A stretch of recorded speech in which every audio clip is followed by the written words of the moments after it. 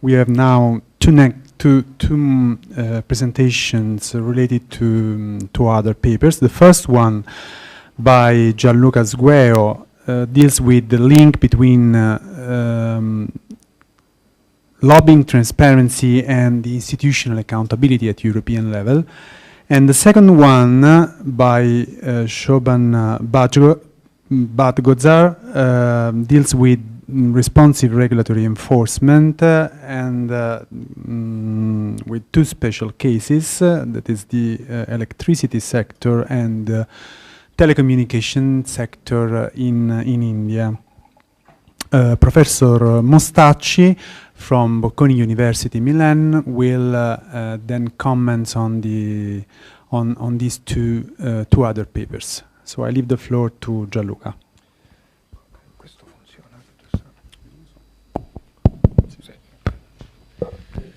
Okay, thank you very much. Good morning, everybody, and thanks for inviting me. I'll try to be as brief as possible, just pinpointing the main points of my paper. I will divide my presentation in three parts. I will start by addressing the relationship between transparency and institutional accountability. Then I will move to the focus of my paper, so transparency of lobbying and how this is supposed to increase the institutional accountability. And then I will give you, in the conclusion, a few hints on what's going on at the European level about the regulation of lobbying. The general assumption that it's possible to find in legal doctrine, and I will say also in almost all the papers that are presented today, is that there is a direct link between transparency and accountability. Indeed, the idea is that the more an institution is open with and share the information with the external stakeholders, so the more an institution is transparent, the greater is the accountability that is perceived outside by the stakeholders of the organization. And there's a number of explanations for this direct link. I will just give you two explanations. The first one is, I would say, legal and political. Think about the European Union. In a recent research by Eurobarometer that has measured the trust of European citizens towards European institutions since 2007, so the year before the economic crisis, the general trust towards European institutions has shrunk by 21 percentage points, and the number of people, European citizens, that have a negative idea of European institutions has almost doubled. Of course, the reason is not just because the European institutions are not perceived as transparency, but the role of transparency plays quite an important part in this number. And the second explanation to link accountability and transparency is purely economical, in the sense that less transparency means direct costs. Think about the cost of corruption that is estimated at almost 120 billion a year by the European Commission. Indirect costs, which means that less transparency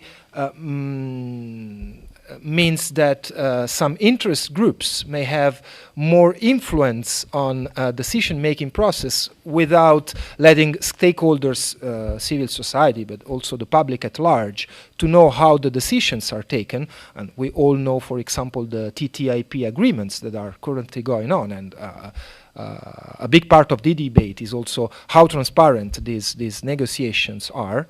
And the third one is also from the economic side, the missed benefits of transparency. There is another estimate by the European Commission that says that if all the European institutions will release all the data that they have in an open format, they will increase they will decrease the economic costs by 15–20%. So, having said that, in general terms, the linkage between transparency and accountability is perceived as a direct link. If we observe the regulation of lobbying activities, we see how this direct link may be hampered by a number of reasons. Why the regulation of lobbying? Why I decided to focus on the regulation of lobbying? I think there are two main reasons. First one is the importance of lobbying in the European Union. Of course, lobbying is important in every democracy. The role of civil society, the business, to contribute in decision-making processes is important in every democracy. But in the European Union, I believe it's particularly important because the number of people that work in decision-making processes in the European Union is very small if we compare it with the importance and number of functions that have been delegated to European Union. In Italy, we used to compare the European bureaucracy at large with the public administration of just one region of Italy, that is Lombardia, is a region in north part of Italy. So more or less the number of officials and contractual agents that work in the European Union are in number, can be compared in number to those who work for the public administration of the region of Lombardia, which gives you an idea of how small is the number of the bureaucracy and how big is the functions that are exercised by the European Union. This means that the European Union has to rely heavily on the help that is given, the expertise, the knowledge that is given by third actors, businesses, and again, civil society organizations. So this is the first reason that, in my opinion, makes the lobbying case interesting in terms of addressing transparency and accountability. And the second one is that it's a very debated topic, which helps me to go into the focus of the discussion. I think there are three main things that can be discussed when we address the lobbying transparency: the where, the whom, and the what. The where is where do we find the ceilings, the boundaries of transparency of lobbying. The whom is who are the targets of transparency? Who should be those that we request to provide information when they participate in decision-making processes? And the third one is the what. What should be the regulation, the best way to regulate lobbying activities? So the where. Well, ideally, the idea is that the more information we get from lobbying groups, the better is for the quality of regulation and therefore for the institutional accountability. And of course, there's a number of information that we can ask. We can ask for how many people are lobbying, what are the strategies, what is the goals of the lobbying activity, and what's the budget that is used, and of course, which departments and institutions are addressed by the lobbying groups. This is the ideal level. Then when we go to the practical level, when we have not just me, what is called the reality check, we realize how difficult it is to keep and maintain a high level of transparency with the practical application. Let me give you a practical example. Since November 2014, the new commission, has committed to publish all the meetings that not just commissioners, but also the top-level staff of the commissions have with lobbyists. And by top-level staff, I mean director generals and head of cabinets. And according to Politico, you know Politico, this media outlet that now has also an interest on the European Union, from November 2014 until April 2015, just commissioners had 570 meetings with lobbyists, sorry. Which means that it's even more if we consider also director generals and head of cabinets. However, there is no formal oversight on those meetings, which means that if other meetings happen, we don't know if they happen, because they weren't registered. And at the same time, there is no sanction. So if a commissioner decides to meet Google representatives outside of the building, there is no way to sanction this meeting, even if it was a meeting that is relevant for the decision that that specific commissioner will take in the next days. Which brings us to the whom. Who should be the the targets of transparency. And again, here you can find in the literature of lobbying this very, I will use this word, naive assumption that is more the business sector that should be addressed by the lobbying disclosure and not the civil society. Well, this is definitely not true if you observe the role that civil society organizations, from the very small non-governmental organization with just few people working for it, to the very important organizations like, I don't know, think about Transparency International or Save the Children, the WWF, and so forth. And also the umbrella organizations, so these conventions of more organizations that work together, they play a very important role in the decision-making processes. In this very moment, I'm working for the European Parliament in the think tank of the European Parliament, and I just published a paper on the Europe for Citizens, that is the program that is aimed to foster democracy at the European level. Well, out of 1.8 billion euros that is paid yearly by the European institution, by the Commission actually, to organizations, 80% is given to non-governmental organizations through a system of grants and applications, which means that the lobbying, the presence of civil society is very relevant. Well, I just gave you a case, but also in the negotiations for very important decisions, from privacy to TTIP to the tobacco regulation. So every important decision has a very important part of civil society.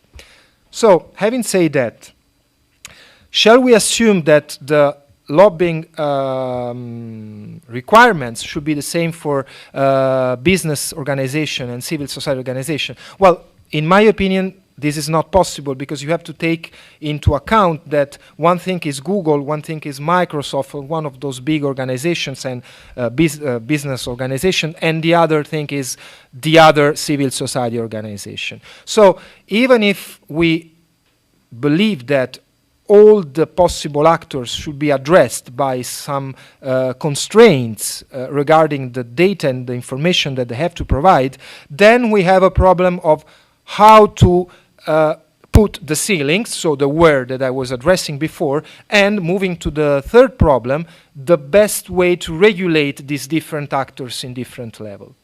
So the what is actually the third problem of regulating lobbying transparency and therefore providing accountability to European institutions?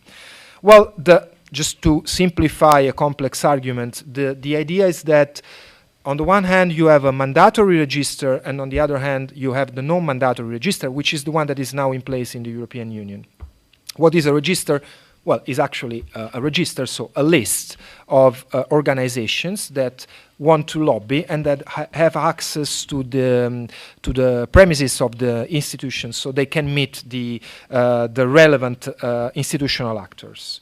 In the case of a non-mandatory register, the idea, very dysfunctional idea actually, is that if I subscribe to the register, I will receive some benefit out of it. For example, I will have access to documents in advance towards my competitors. But this is something that, as you may imagine, does not work, because it's very easy to get information if you have entrance into the building without being subscribed. And in the case of the mandatory register, well, as the name suggests, it's if you want to lobby, you have to register to the to this system that, in the case of the European Union, is called the European Register for Transparency. Actually, the intention in this very moment is to shift from, in the European Union, from a non-mandatory system to a mandatory system. Next Tuesday in the Parliament, the new idea of the lobbying register will be presented.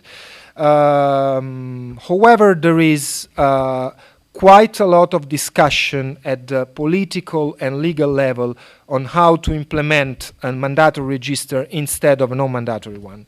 Well, at the political level, not every political party agrees with this idea, but what, in my opinion, is interesting is the legal level. First is, where do we found legally the mandatory register?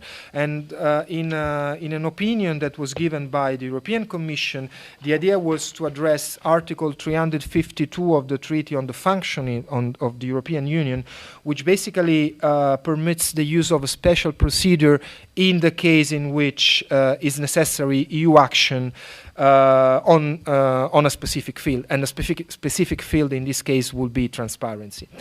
As an alternative has been proposed to have a sort of legislative footprint, which means that citizens and stakeholders could go online and see each step of the negotiations, what step the negotiation is and which stakeholders provided help in this negotiation, and how the legislator received those opinions and introduced in the decision-making process. And this brings us to the state of the art of the European Union. Well, I told you the main point is that there is this discussion about moving from a non-mandatory system to a mandatory system. A few months ago, the European Ombudsman released an own initiative inquiry into the lobbying system, suggesting that some steps will be made in order to get more transparency, and the Conference of Presidents of the European Parliament has agreed on these suggestions, deciding that some sort of mandatory system has to be adopted. At the same time, if we observe the US system, and this is one of the main critiques, in the US system there is a mandatory system, at least at the federal level. Well, if you observe the new regulations that the US government has introduced in the last 5 years, you will see that every time that new transparency levels has been introduced in the system, there has been the number of registered lobbyists has lowered down, but this doesn't mean that less lobbyists were working in the US system. It just means that less lobbyists were working, giving and providing information because of their subscription to the register. So the critique is that even if you put a mandatory request to register as a lobbyist, you will not get more transparency, and therefore you will not get more accountability for the institution itself.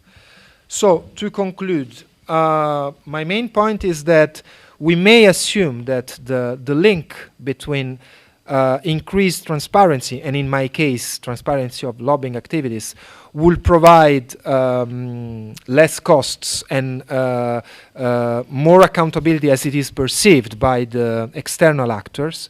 At the same time, as I hope I showed in my paper and in this presentation, it's not that easy. The link is not a direct link, as many assume and just give it for granted, because then you have a number of dysfunctions that are part of this system. So the best thing is possibly to, on the one hand, rely on the help of civil society organization.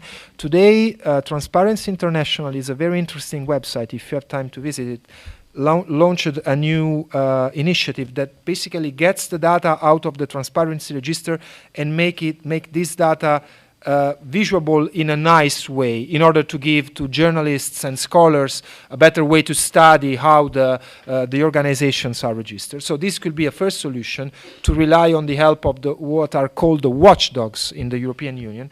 And the second one will be probably to rely on the transparency of the external actors, but at the same time insist on the transparency on the institutional side.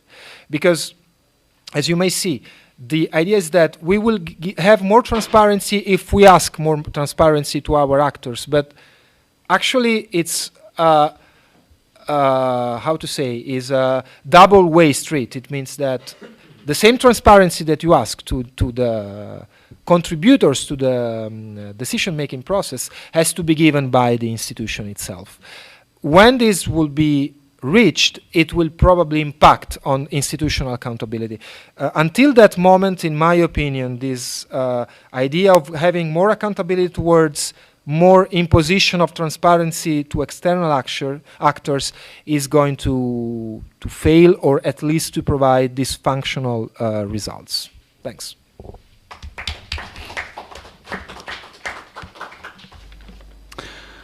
Thanks a lot, Gianluca. And now, Shoban, please.